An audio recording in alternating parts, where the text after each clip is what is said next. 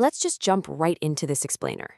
We're tackling a universal modern problem today, that heavy, sinking feeling of being completely adrift, purposeless, and lacking any clear direction in life. Look, we live in a world that doesn't exactly hand you a roadmap the second you graduate, right? Nobody taps you on the shoulder and says, hey, here's exactly what your brain is perfectly suited for. You've got to find your own path. And man, for a lot of us, that initial search just feels incredibly overwhelming. And that perfectly sets up this quote from author Robert Greene. It's a brutally honest assessment of why youth can feel so directionless today. He points out that when you lack acquired talents or real skills, life basically becomes this endless loop of confusion. You try one road, bounce to another, and ultimately you just end up walking in circles, having absolutely no idea where you are. But, and here's the kicker, when you have real skills, suddenly you've got a compass. You can zoom straight toward a target. So, that brings us to the core question we're going to unpack right now. How do you master yourself when you have absolutely zero guidance? Using Robert Greene's framework, we're going to explore how the grueling process of acquiring skills, the deliberate practice of boldness, and the channeling of your natural drives can literally and physically rewire your brain for success. Let's start with Section 1, Lost in the Wilderness, the prerequisite. To get this, we really need to look at Greene's own personal struggle, which proves that feeling lost isn't the end of your story. Actually, it's often the exact prerequisite to mastery. See, Greene didn't just wake up one day as this master of human psychology. For nearly 18 years, he felt utterly miserable and adrift. After college, he tried journalism to make a living, but he absolutely hated that his writing was forgotten in 3 days. So he quit, strapped on a backpack, and literally wandered across Europe. We're talking London, Paris, Ireland, Greece, teaching English in Spain, all while totally failing to write a novel because he just lacked the discipline. He was depressed, and he felt entirely lost in the wilderness. But here is the crucial takeaway. Even during those depressing, aimless years, he was secretly acquiring the exact disciplines he needed for his future masterpiece. In journalism, he learned how to write under pressure and craft these punchy, dramatic opening sentences. Working later in Hollywood, he learned how to research deeply and structure theatrical stories. He didn't even realize it at the time, but all that wandering was just laying the soil. Slowly, brick by brick, he was building real, high-level skill. So when the opportunity to write the 48 Laws of Power finally arrived, the world just opened up for him. Which brings us to Section 2, Rewiring Your Brain, the Hard Biology. To really understand this shift from philosophical wandering to the hard biology of acquiring skills, we've got to talk about neuroplasticity. Because learning a skill isn't just about collecting facts, right? It is a physical transformation. Greene points to this absolutely fascinating study by UCLA neuroscientist Dr. Jeffrey Schwartz. Dr. Schwartz was looking for better ways to treat patients with obsessive-compulsive disorder, moving beyond just standard drugs and talk therapy. He gave his patients very specific strategic thinking exercises, and what he found on their brain scans was just astonishing. By simply thinking differently and applying these strategies, the patients had literally physically altered the matter of their brains. And that maps perfectly onto these 3 steps. When you engage in strategic thinking and develop deep skills over time, you ultimately hit step 3.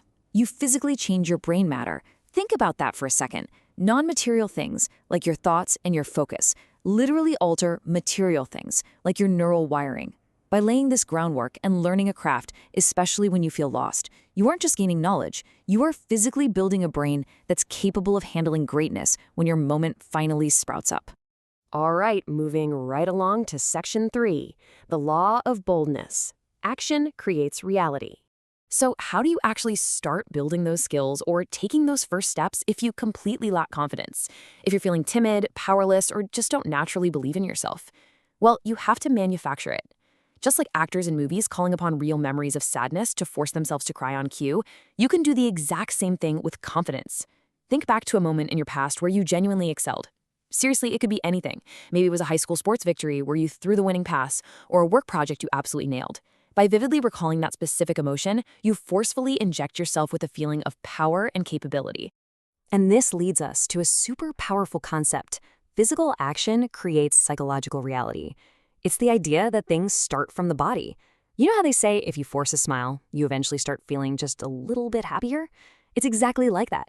If you simply act bold, embody greatness physically, and project confidence, the psychological reality of that confidence will eventually catch up to your body and start radiating outward. Greene has a great line about this. He highlights that humanity inherently respects those who enter the arena loudly, regardless of the immediate outcome. Let's be real. When you feel timid, you enter a project with this insecure energy, and it often fails simply because of that hesitation. But if you start something boldly and dramatically, it creates this incredible self-fulfilling dynamic. When we objectively look at the cultural landscape, we see people vastly prefer the bold executor. Take Elon Musk, for example. Whatever your personal opinion of him might be, you really can't deny that setting out to build rockets to Mars is undeniably bold. And society pays attention to that level of audacity. Contrast that with the timid planner. The guy who spends 2 years just talking about a podcast he wants to start, but never actually records a single episode. Greene even shares this wild anecdote about a guy who launched a highly successful magazine in the early 2000s called Bad Ideas. His own mother told him starting a magazine was a bad idea. So what does he do? He boldly slaps that exact title on the cover and launches it anyway. The boldness itself became a brilliant marketing gimmick. Let's jump to Section 4, Masculine Energy, Redefining the Drive. This brings us to a critical modern issue that Greene addresses directly, redefining how young men, specifically, can channel their raw energy in what is an incredibly confusing modern world. When it comes to biological drives, things like testosterone, competitiveness, ambition, and assertiveness, Greene makes a really interesting sociological observation. He notes that these natural drives in young men are very often stigmatized today. A lot of young guys feel totally lost because they're told this roaring energy and desire to conquer is inherently bad or toxic. But Greene argues that these natural biological elements are actually essential fuel. The trick isn't to suppress them. It's all about how you utilize them. So there's a very clear distinction between the two paths you can take with this energy. On one side, we have uncontrolled aggression. This is the toxic path of demeaning others, pushing people around, and disrespecting women just to feign strength. Greene explicitly points to the Andrew Tate model as an example of this uncontrolled, negative framing that's currently floating around in the cultural zeitgeist. But on the flip side, we have channeled drive. Greene argues that true masculine virtue is deeply rooted in self-control. It's about treating people, and specifically women, with deep respect because you are entirely secure in your own strength. It's about taking that raw, aggressive ambition and disciplining it to actually build something of worth. And Greene admits this very openly about himself. He fully recognizes that he's a highly competitive guy who loves to win, and he even acknowledges that he has the raw capacity to be mean, or as he puts it, an asshole.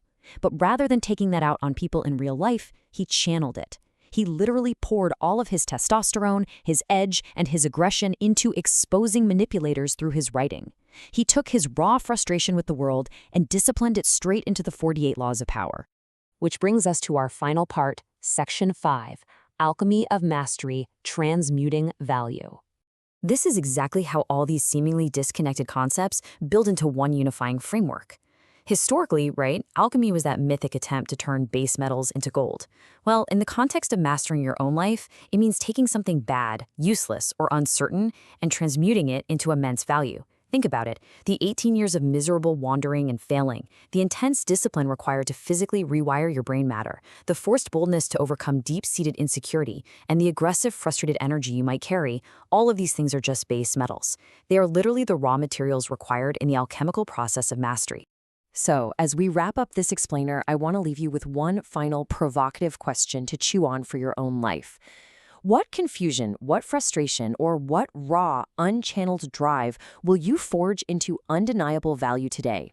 Remember, being lost in the wilderness isn't the end of your story. It's simply where you gather your materials. So go out there, be bold, and start building.